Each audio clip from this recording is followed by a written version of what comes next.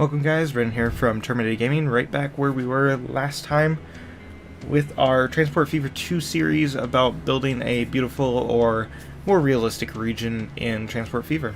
Of course, as I said last episode, this is trying to be as realistic as possible, limiting connections and all that kind of stuff. Not trying to go overboard with how the design is. Granted, we do have unlimited funds and everything we can do without, or with very minimal cost.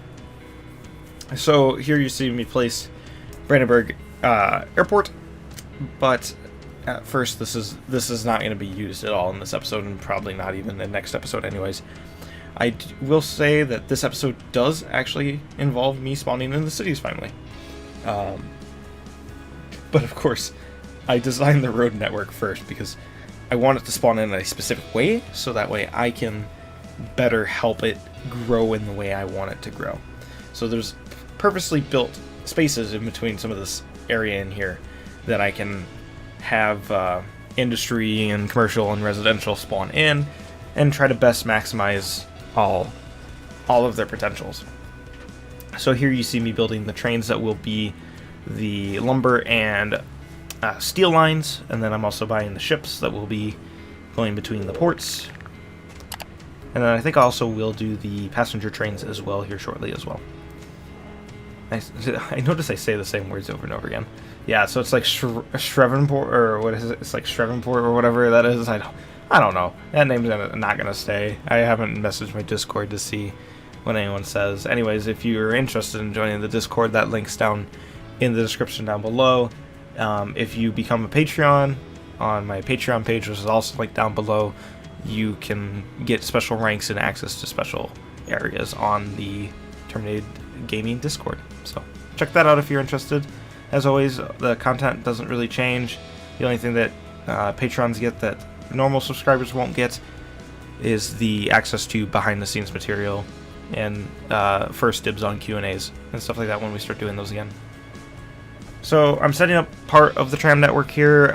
It won't be utilized for a while, the trams and all that kind of stuff in this area, because Brandenburg is going to be small enough where the things that are being used, mainly the passenger terminal and the passenger shipping line, will be accessed by the residential that's going to spawn in. Whereas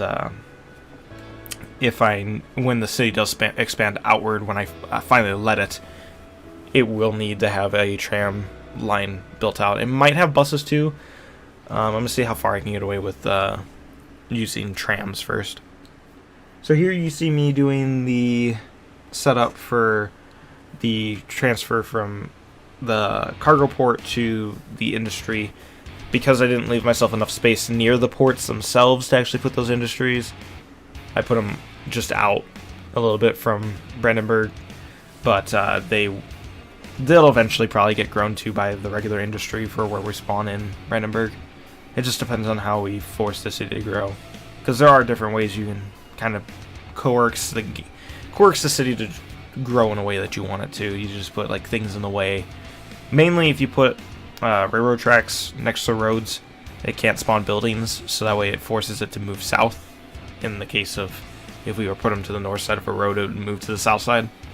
I don't think I used that tactic in this video to start with, but I did use it in the second iteration of this.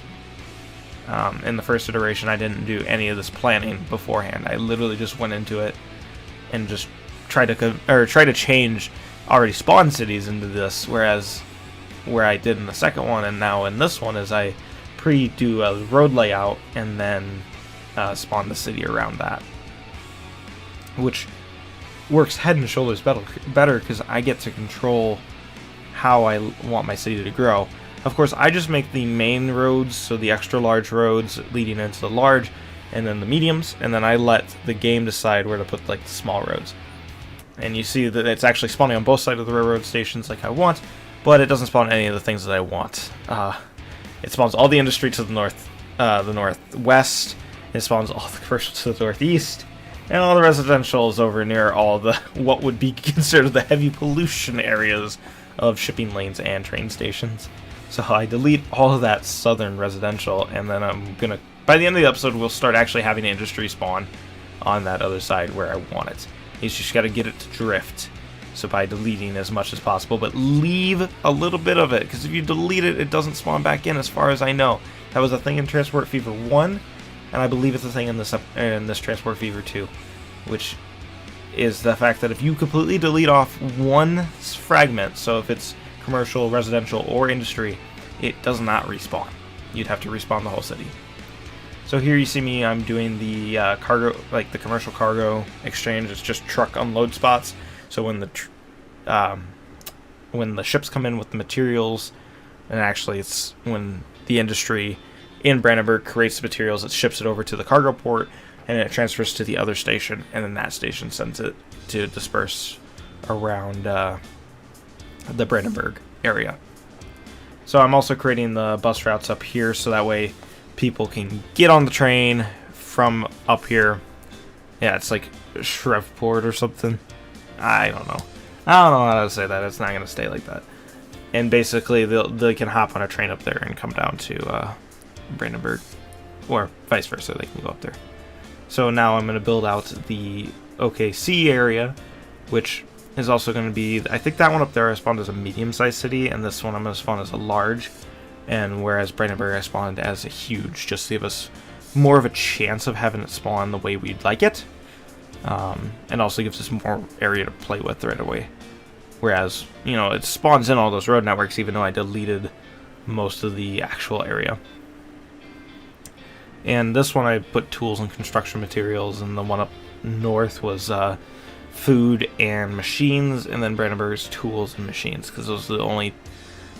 Yeah, those are the only two things. Tools and machines are the only two things that can actually be produced right now with the current stuff that we have built for. So basically, the idea is to send, have things going both ways on any route. That's how you maximize profit. That's why passenger lines are the best when you're actually playing this game without unlimited money. Is passenger lines are the best thing to make money early, is because you could send things easily both ways, because passengers would like to go both directions on a train route, whereas goods only need to go traditionally one way unless you can build for it to go the other way, which is not easy with spawned in industries, but where we can spawn in the industries, it's easy for us to set it up that way. Where actually it's easy if you could set up like a central port, like Brandenburg itself, and then you can send goods both ways, so one brings in one thing and then it sends it back that way, which it can hop on a train or something that it can send it somewhere else.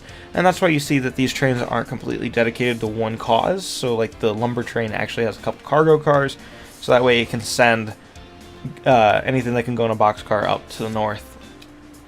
So even those lumber cars could send construction materials up north as well.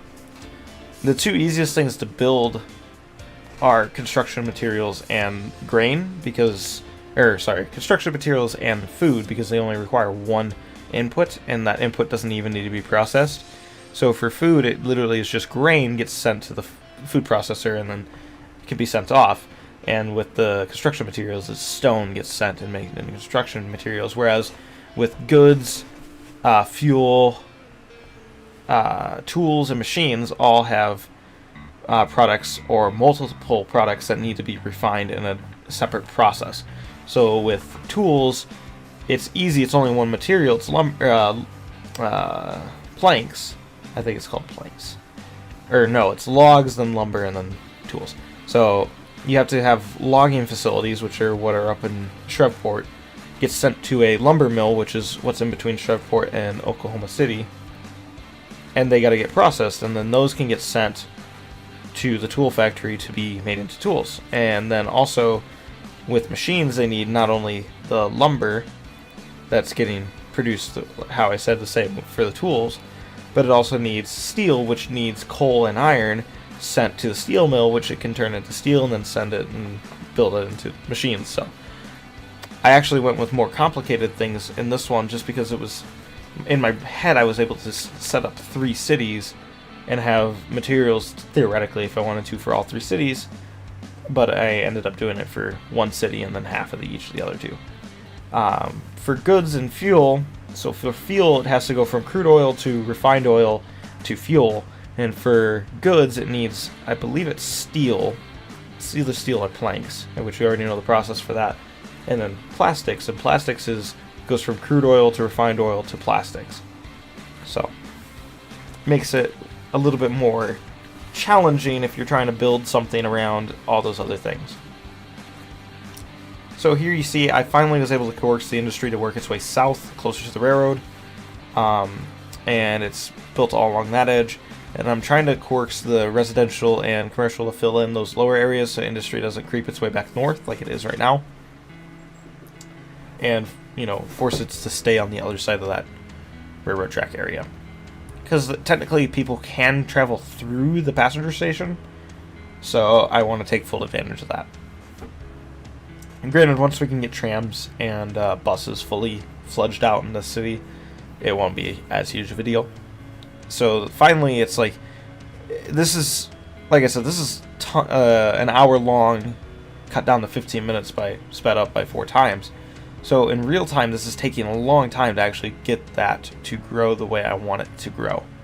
And then I finally realized I don't have any trucks actually on that route, so it's actually completely useless.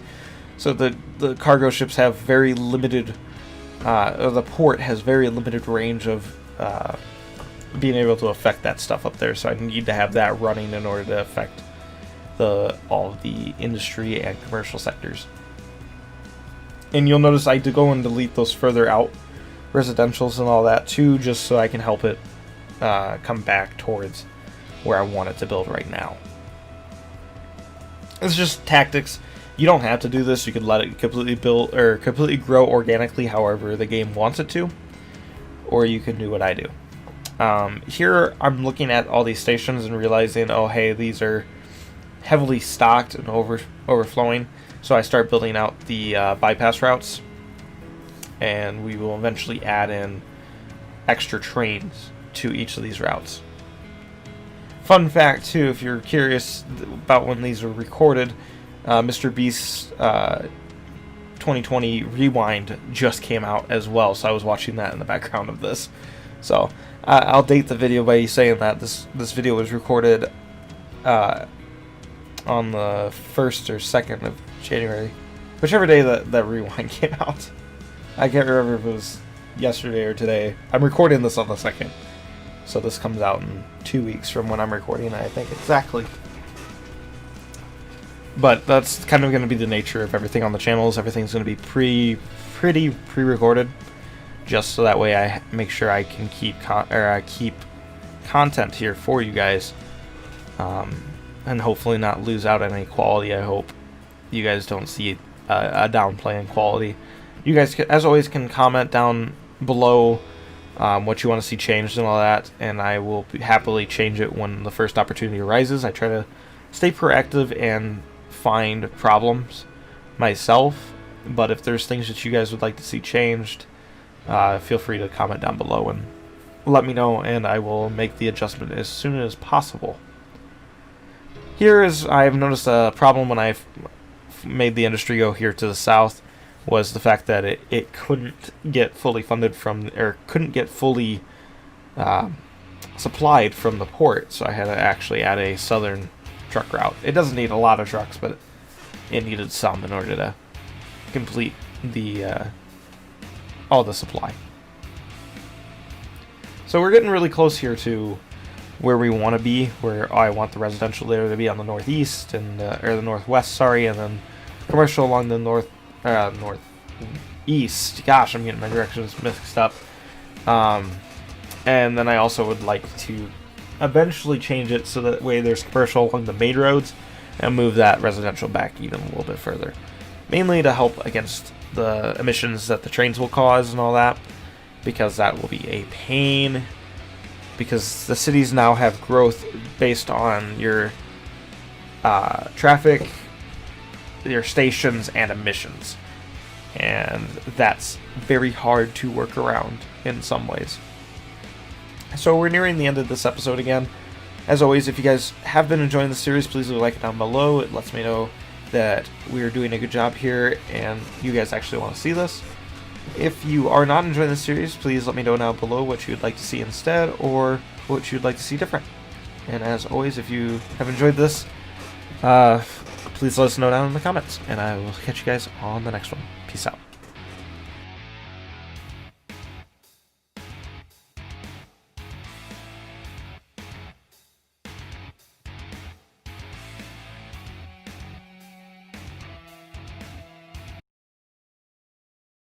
Shut up and sit down.